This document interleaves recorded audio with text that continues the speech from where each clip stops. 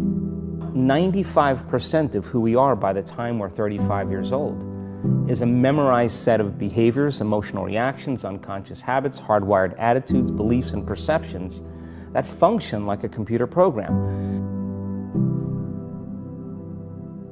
If you believe that your thoughts have something to do with your destiny, and you can't think greater than how you feel, or feelings have become the means of thinking.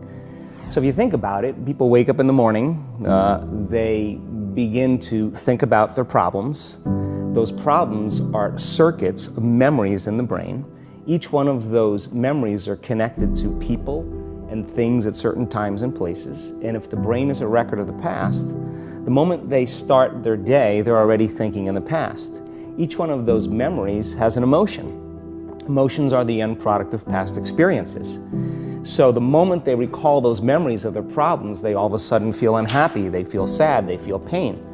Now, how you think and how you feel creates your state of being. So the person's entire state of being when they start their day is in the past. So what does that mean? The familiar past will sooner or later be predictable future. So if you believe that your thoughts have something to do with your destiny, and you can't think greater than how you feel, or feelings have become the means of thinking, by very definition of emotions, you're thinking in the past.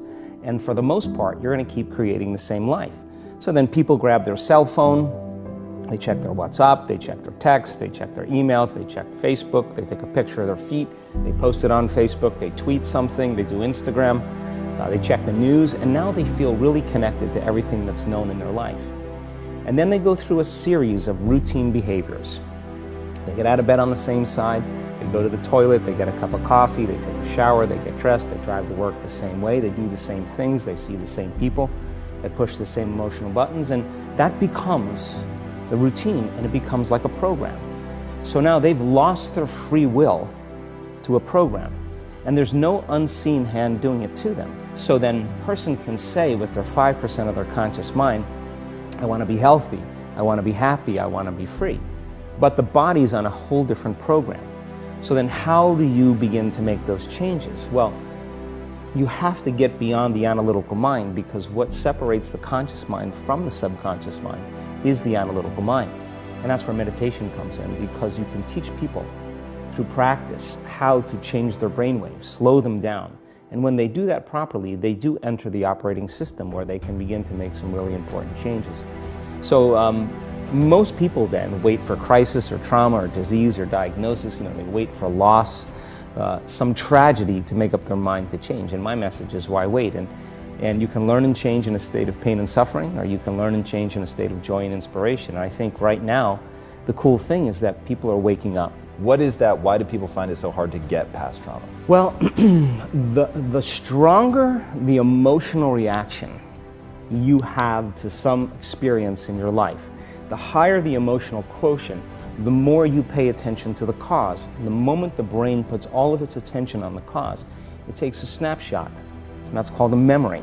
So long-term memories are created from very highly emotional experiences. So what happens then is that people think neurologically within the circuitry of that experience, and they feel chemically within the boundaries of those emotions. And so when you have an emotional reaction to someone or something, most people think that they can't control their emotional reaction.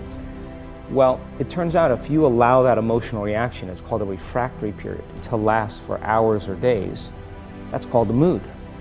I say to someone, hey, well, what's up? You say, I'm in a mood. Well, why are you in a mood? Well, I had this thing happen to me 5 days ago, and I'm having one long emotional reaction. You say to the person, why are you this way? And they'll say, I am this way because of this event that happened to me 15 or 20 years ago. And what that means from a biological standpoint is that they haven't been able to change since that event.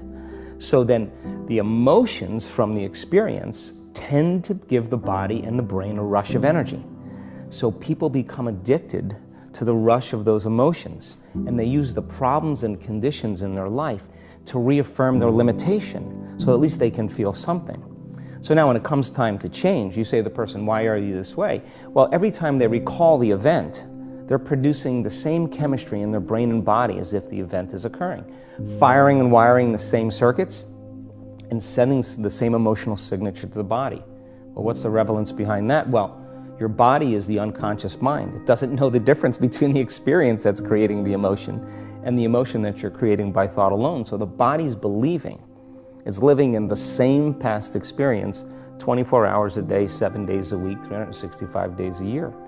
And so then when those emotions influence certain thoughts, and they do, and then those thoughts create the same emotions, and those same emotions influence the same thoughts, now the entire person's state of being is in the past. The hardest part about change is not making the same choices you did the day before, period. And the moment you decide to make a different choice, get ready, because it's going to feel uncomfortable. It's going to feel unfamiliar. Why does it feel so uncomfortable? Is it because of the neurons that fire together wire together, so there's like an easiness to that loop, just because literally, and you've talked very eloquently about this, the way that the neurons connect in the brain, how rapidly, I've seen you show footage of how rapidly those connections happen, which is pretty incredible. Is that what makes it so discomforting for people? I think that the bigger thing is that we keep firing and wiring those circuits. They become more hardwired. So you have a thought and then the program runs. But it's the emotion that follows the thought. If you have a fearful thought, you're going to feel anxiety. The moment you feel anxiety, your brain's checking in with your body and saying, yeah, you're pretty anxious.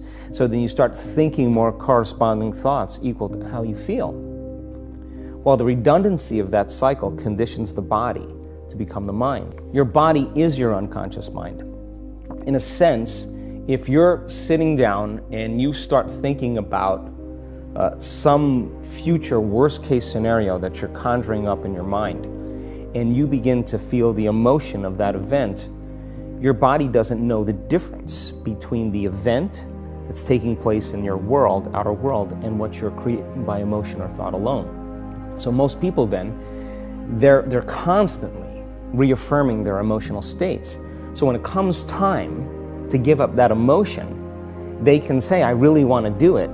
But really the body is stronger than the mind because it's been conditioned that way. So the servant now has become the master. And the person all of a sudden, once they step into that unknown, they'd rather feel guilt and suffering because at least they can predict it. Being in the unknown is a scary place for most people because the unknown is uncertain. People say to me, well, I can't predict my future. I'm in the unknown, and I always say the best way to predict your future is to create it. Not from the known, but from the unknown. What thoughts do you want to fire and wire in your brain? What behaviors do you want to demonstrate in one day? The act of rehearsing them mentally, closing your eyes, and rehearsing the action. Rehearsing the reaction of what you want, or the action? The action of what you want. By closing your eyes and mentally rehearsing some action. If you're truly present, the brain does not know the difference between what you're imaging and what you're experiencing in 3D world. So then you begin to install the neurological hardware in your brain to look like the event has already occurred. Now, your brain is no longer a record of the past. Now it's a map to the future. And if you keep doing it, priming it that way, the hardware becomes a software program. And who knows, you just may start acting like a happy person. And then I think the hardest part is to teach our body emotionally what the future will feel like ahead of the actual experience. So what does that mean? You can't wait for your success to feel empowered.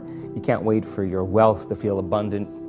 You can't wait for your new relationship to feel love, or your healing to feel whole. I mean, that's the old model of reality, of cause and effect, waiting for something outside of us to change how we feel inside of us. And when we feel better inside of us, we pay attention to whoever or whatever caused it. But what that means then is that from the Newtonian world is that most people spend their whole life living in lack, waiting for something to change out there. The moment you start feeling abundant and worthy, you are generating wealth. The moment you're empowered and feel it, you're beginning to step towards your success.